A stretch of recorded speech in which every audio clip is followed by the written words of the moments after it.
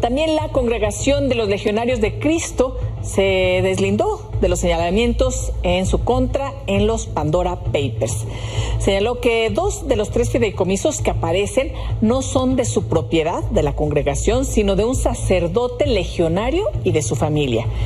Explicó que el único de su propiedad fue constituido en Nueva Zelanda en 2010 para recibir y distribuir donativos destinados a cubrir gastos a favor de sacerdotes y personas consagradas, ancianos, enfermos.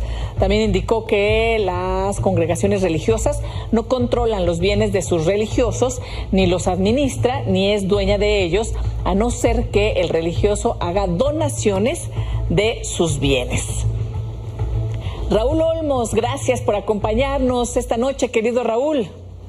Hola, ¿qué tal? Un gusto saludarte. Buenas noches. Buenas noches, Raúl. Bueno, hemos hablado en este espacio de las investigaciones que has realizado, una de ellas sobre el tema de los Legionarios de Cristo, sobre el libro que escribiste acerca del imperio financiero de los legionarios, y hoy, bueno, desde ayer se deslinda la Legión de Cristo de estos señalamientos que se han dado a conocer a raíz de las transferencias que se hicieron a paraísos fiscales en los Pandora Papers. ¿Qué decir de esto, Raúl? Ellos dicen, no es nuestro, es del sacerdote, y nosotros solamente tenemos una que fue hace tiempo. ¿Qué responder a ello? Bueno, esto que publica Pandora Papers, esta gran investigación global, pues sin duda es una confirmación de algo que veníamos señalando desde hace varios años, ¿sí?, acerca de una trama muy compleja a nivel global de la Legión de Cristo. Era una trama financiera que se extendía a numerosos paraísos fiscales. En concreto, en aquel libro, recordarás, yo hacía referencia a cómo Marcial Maciel había encabezado personalmente esta trama financiera, cuando en 1984 creó en Panamá un conjunto de al menos 3 compañías, junto con otros sacerdotes, que tenían que ver con empresas fantasma, sí, empresas que tenían que ver además con el manejo de capitales que tenían su origen en colegiaturas de escuelas, en donaciones. Pero no fue la única ocasión, porque de ahí se derivaron un conjunto de más empresas, un ramillete muy nutrido de empresas en el estado de Delaware, que hay que considerar que es el paraíso fiscal en Estados Unidos, sí, pero que además de ahí se derivaron otras más a Suiza, Holanda, Luxemburgo, es decir, se fueron extendiendo al paso de los años hasta, de alguna forma, ser como el mecanismo de financiamiento de muchas de las operaciones de esta congregación.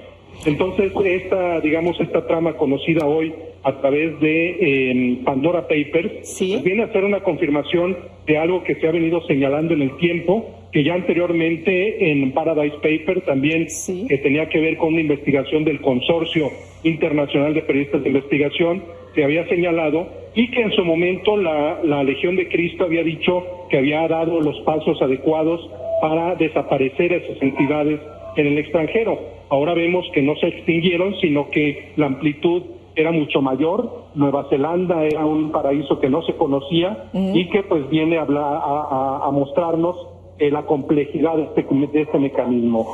Es decir, estamos viendo fracciones de toda esta trama y de esta maquinaria que se ha hecho a lo largo de tantos y tantos años, y al parecer pues sigue funcionando y sigue aceitada.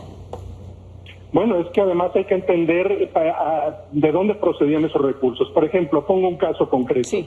En la isla de Jersey, en el Canal de la Mancha, operaban al menos 2 empresas fantasma offshore de los legionarios, a las cuales iban a dar recursos captados en colegios legionarios en el extranjero. Es decir, las colegiaturas que pagaban los padres de familia en colegios en el extranjero eran transferidas a la isla de Jersey en estas 2 empresas fantasma. Pero no solo eso, sino que además donativos obtenidos en distintas partes del mundo, incluyendo en México, que eran para la construcción de un centro legionario en Israel, el centro Magdala, también iban a dar a esta isla, a este paraíso fiscal en el Canal de la Mancha, y ahí eran, digamos, administrados, eran ocultados, eran debidamente en el anonimato de quiénes eran los beneficiarios finales. Y eso se refleja cuando uno revisa operaciones en Suiza, en Holanda, en Luxemburgo, a donde iban a dar cuantiosas cantidades. Yo quiero referir una cantidad. El presupuesto anual hasta hace poco de los Legionarios de Cristo superaba los 500 millones de dólares tan solo en donativos, ¿sí? Y esto supera incluso el presupuesto anual del Estado Vaticano. Es decir, si los legionarios hubieran querido, ellos solos hubieran financiado la operación del Estado Vaticano. De este tamaño era el poderío económico de la congregación religiosa fundada por Marcial Maciel. 500 millones de dólares. Oye, Raúl, ¿y este personaje en concreto, tú sabes más acerca de él, de Luis Garza? Bueno, Luis Garza Medina fue sin duda el operador financiero de la Legión de Cristo. Yo diría que fue la mente maestra de todo este esquema multinacional de operaciones en paraísos fiscales, porque no hay que olvidar que él proviene de una familia pues muy notable en el estado de Nuevo León. Sí. Entonces él tiene incluso una formación empresarial. Digamos que llevó esa preparación académica en el mundo de los negocios a el ámbito de la religión, ¿sí? Donde logró construir, digamos, un poderío notable, un poderío muy grande, multinacional, que le dio una solidez financiera a la Legión de Cristo. Esto no tendría ningún problema si no fuera porque todo se manejó en la secrecía, pero además no se podría entender la impunidad con la que operó Marcial Maciel durante décadas, si no fuera porque, y eso está documentado en el libro que yo publiqué y también en el libro de Jason Berry, si no fuera por sobornos que el propio Marcial Maciel pagaba a altos dignatarios de la Iglesia en el Vaticano. El poderío económico, pues, se convertía o se pervertía en un asunto oscuro, en un asunto que contribuía a la impunidad a favor de Marcial Maciel, incluso desde las altas esferas de la religión católica. Es decir, ¿se queda corta esta justificación o esta información que da ahora la Legión de Cristo diciendo, no, eso es un tema de él, del sacerdote y de su familia?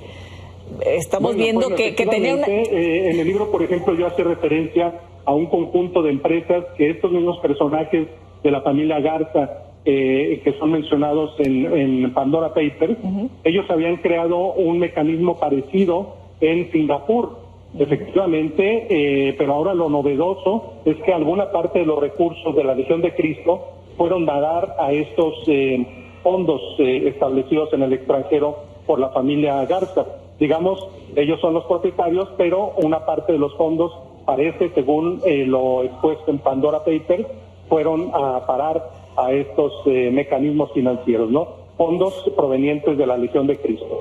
Ahora, me parece que el mecanismo expuesto en Pandora Papers es apenas una parte, una porción del mecanismo complejísimo. No hay que olvidar que estaban identificadas al menos 500 empresas, fundaciones, organizaciones que generaban recursos de la Legión de Cristo, y aquí estamos apenas hablando de algunos identificados en paraísos fiscales. Faltarían muchos más, faltaría mucha información por aclarar por parte de la Legión de Cristo, siempre con el ánimo de ser transparentes ante su feligresía. Uy, querido Raúl, pues como siempre es un gusto platicar contigo, que nos informes de las investigaciones que has hecho desde hace años, de lo que has revelado de la Legión de Cristo, en este caso en particular, además de muchas otras cosas, pero en este caso de las finanzas, de los negocios que han tenido, hemos platicado. Entonces, si te parece, sigamos en contacto porque esta historia, por lo que vemos, continuará, querido Raúl. Sí, yo creo que es el momento oportuno de que la Legión de Cristo se transparente, que se abra y que pues trate de dejar de lado estos mecanismos oscuros, ¿no? Yo creo que la información es útil a todos, incluso a la propia Legión y a sus dignatarios. Querido Raúl, pues felicidades por el trabajo y felicidades hoy por tu cumpleaños. Muchísimas gracias por tomarte el tiempo de estar aquí con nosotros también en este día especial. Sé que estás festejando ahí con los seres queridos. Muchas gracias. Un abrazo. Eres muy gentil, gracias. Felicidades.